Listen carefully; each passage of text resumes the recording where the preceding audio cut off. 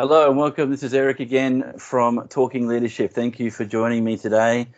I am looking forward to this particular conversation because the person on today's podcast is known to me through one of her other lives in the seafood industry, through the now wrapped up seafood CRC.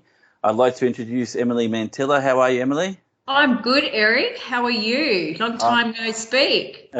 I'm good, thank you. So just for the sake of the podcast listeners, Emily's role in Honey and Fox is the Chief Operating Officer and co-founder of Honey and Fox. Now, I'll get you to give a bit of a description of what it is that you do, because you're, again, another different type of leader that I've had on the podcast that is working for themselves. So a bit of a entrepreneurial flair with this particular podcast. And so can you give me a bit of a background to Honey and Fox? Sure, I'd love to. So Honey and Fox is a marketing and business development company. We work within the food and agribusiness space. So we don't try to be everything to everybody. It is agribusiness and food. And we work with a whole range of clients from the meat industry, seafood industry, food packaging, through to agriculture and horticulture. Okay, so that's a fairly expensive lot there. And look, for those listening, if you're looking for someone to do work in that space, don't look any further than Honey and Fox. No, we're very sweet and smart down at Honey and Fox. Oh, excellent, excellent. So the reason I've got you in today is that when we first met, you were working with the Seafood CRC, and now your career pathway trajectory has led you to what I see as an entrepreneurial business venture. And so you are the boss, you're doing what it is that you need to do to run a small business. So it's with that context in mind that I'm going to ask the questions around leadership, but please feel free to draw on whatever it is in your past to help you answer the question. It doesn't have to be about the business that you're in at the moment. So can I ask you to cast your mind back and tell me when your first industry leadership role was and what industry that was in? Sure. I would think that was probably around 20 years ago when I worked in local government. So I used to lead an environmental business and a community program called Changing Streams. And that was a role I absolutely loved. I completely blossomed in my leadership role there because I love working at the grassroots, down with the community, with people. I jumped on the opportunity, and I guess that kind of led me on a path to taking on more leadership roles within different organisations and different companies. Okay, so you've partly answered my next question, which was why did you take on that role? So you like getting in and doing the doing of the work, not just being what some might say a figurehead leader or someone who sort of instructs the team to go and do the doing, and you sort of step back and watch things happen? Yeah, I really do like to get my hands dirty, so to speak, and sort of get in there amongst the team and lead by example. I find that to be sort of one of the most, one of the things that I really enjoy with what I do. It's connecting with people. So that's how I like to lead. Excellent. So love to get your view on this question. Do you believe there's a difference, or is there a difference between leadership and management? Good question. I think there's a huge difference. I think leadership. Please tell us. Well, I think leadership is about bringing a team on a journey with you to get an outcome that the whole team is looking to achieve. I think management is more about delegating and overseeing tasks to get an outcome. I really think leadership is about working together as a team on a common vision, a common journey together. Okay, cool. So the next question is around your leadership, and the statement is as follows: leaders make mistakes. So how do you engage with errors or mistakes that are attributed to you? Yeah, I'm human. I make mistakes, and I will be the first to own it. I take responsibility when I make mistakes. I apologise for them, and then I literally have to sit down and work out how to fix it. So there's no point pointing fingers and blaming people. You own it and you find a solution. I think one thing about being a leader is you need to be very self-aware, and I think that's something I've spent many years really delving into, and I'm very self-aware about who I am and my good points and my bad points, and I'm very open to communicating when I've made a mistake and owning it.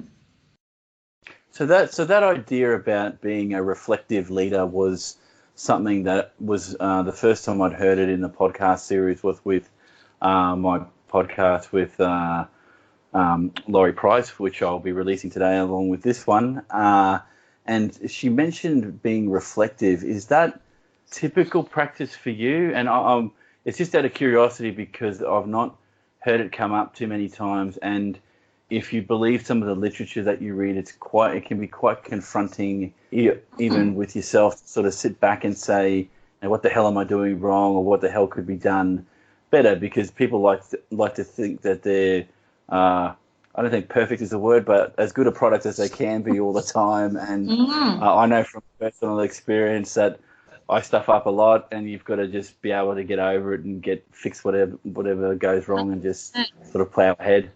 100%. I love what Larry was saying about reflection. I mean, that's something I do every day. At the end of the day, I reflect all the time how the day went, what decisions I made. Did I make the right decisions? Did I lead the team well? And it's also really important when you're in a company where you do have business partners. So you have to be very aware and constantly reflecting on your behaviour and how your choices and the things you say and the things you do might affect others. Oh, okay, cool. So the next question is around what do you find is the most difficult part about being a leader? Well, for me personally, I think having patience. It's not one of my strong points. I've had to learn to try and be more patient. Sometimes I think it's really difficult to find the energy to keep going some days. It can be really mentally and emotionally draining, leading a project or leading a team. So do you say that in the context of your current role or roles where you've had sort of that small business flavour to it? I'm just curious because I've found in my travels that if you're working for yourself, there's a different kind of stress to working for somebody else, which is a different kind of stress to say part-time work. So is that where you're coming from with that, Emily? Yeah, it is, Eric. I think when you have a client relationship, that dynamic is very different to when you're an employee working for an employer. And as sort of we were talking about before, I love working with people and I take that very seriously. So for me, trying to make sure I keep my energy up so I've got energy to give to everyone, to all of my clients equally is a challenge. It can be a real challenge. I also think another challenge of a difficult part of being a leader is having the ability to see through what I call the fog. You might be working on a really complex problem, and if you're a leader, people look to you for the solutions and to find the way through the fog. And sometimes that can be quite daunting when people are looking to you for the answers. So it's about trying to make sure you are able to step back sometimes when you need to, and it comes back to this self-reflection thing again, sitting back, having some quiet time to think so you can then lead your team with effectiveness. Yeah, okay, great. So it kind of segues nicely into the next question. How do you measure success as a leader? Well, people person again, so it always comes back to people. Measure of success for me is, well, do people want to be around me and do people want to continue to work with me in the future? For me, if I've we've completed a project as part of a big team, and I have people come back and say, I want to work with you again. I loved working with you. I say, right, that's a huge measure of success. And then there's also the boring things like, did I deliver that on time and to budget as well? I measure success too. And then also the reflection, you know, what went well, what was a disappointment, measuring success. Yeah, sure. So I was going to say that success can be financial as well as the non-financial aspect of your working life. Okay, so I'm going to throw a couple of statements at you, and I want to see where your headspace is at with some of these. So, on-the-job experience develops better leaders. Whoa. I'm going to respond to that question by saying I think on-the-job experience led by a good leader, as an example, is perhaps the best way to shape a great leader. I think having some formal education that sits underneath that is beneficial, but I think learning on the job, you can't beat that, especially when you're learning on the job with an amazing leader. And I've been so fortunate in my career that the people I've looked up to and worked for have been incredible leaders, and I've been able to model, I think, how I approach things by looking at how they used to do it. I've been very fortunate in my life to have good mentors like that. Yeah, okay, and like everyone I've interviewed so far, and I maybe need to slightly adjust the question, but I think you've partially answered my next one in that the next statement is, does formal education help to develop a better leader? So you kind of gave the answer before that you're led by a good leader. There's some underpinning of education, but do you think it's the be-all and end-all? Formal education? No, I think it's just some more tools you can have in your toolbox. But I really think it comes down to whether you've got a passion for leadership and you've got a passion for your project and leading your team. And I think some people are naturally very good at it and some people aren't. Okay, that's look. This is why I knew I was going to enjoy this particular podcast, because you segue quite nicely into the next one. Tell me what you think of the following: leaders are born, not made. Yeah, I've thought a lot about this question over the years, and I do have to say I think leaders are born. I think, yes, you can learn some skills and tips and tricks to, you know, be a better leader, but I think at the end of the day, there are people that are just naturally born. They're naturally born leaders. I mean, if I had to lead. So when you say that, because this isn't typical of the responses I've been getting around this particular question, that you're born a leader, and that's fine, because I think there's some rationally good arguments for both. But could you, in your travels, could you unpack for me, and please don't mention their names, obviously, but a leader that you've had where you could say there are just these bunch of innate qualities that made that person a good leader? Is that someone you could think about now as an example? Absolutely. So very calm under pressure. And I think you need to have some level of, being an extrovert. I think if you're a deep introvert, that's very hard then sometimes for people to connect with you. Just very patient, very articulate. You need to be very articulate, and I think you naturally need to be curious. And not everyone has all those skills, and that's okay. We all have talents elsewhere. Yeah, sure. And again, because none of the podcasts have led off with this is exactly what the definition of a leader is, let alone what's an effective leader look like. Leadership happens at different levels in different organizations. And so the beauty about what I'm trying to do here is trying to tease out this thinking. And I'm kind of chuffed that someone said leaders are born, because if you read the literature, it kind of tends towards no, these things can be trained. And I guess there are some people that might never be able to get to that level because there's just and this is me riffing without any literature to back me, but not everyone can get to the level of some leaders that are out there that are making a difference in the world. And again, I'm talking people like your Elon Musk or your your political leaders.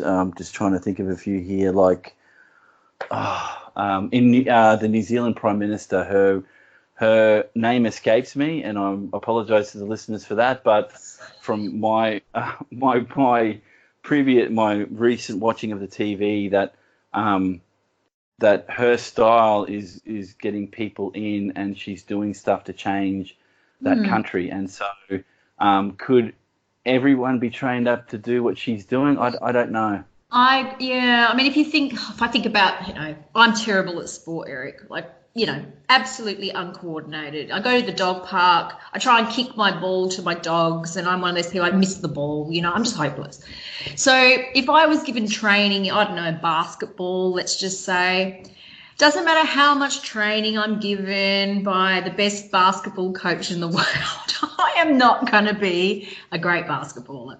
So I kind of think leadership is a bit like that. I think you kind of either you got it or you may not. So you can be taught some tools and tips and tricks to improve, but I think it just comes natural to some people.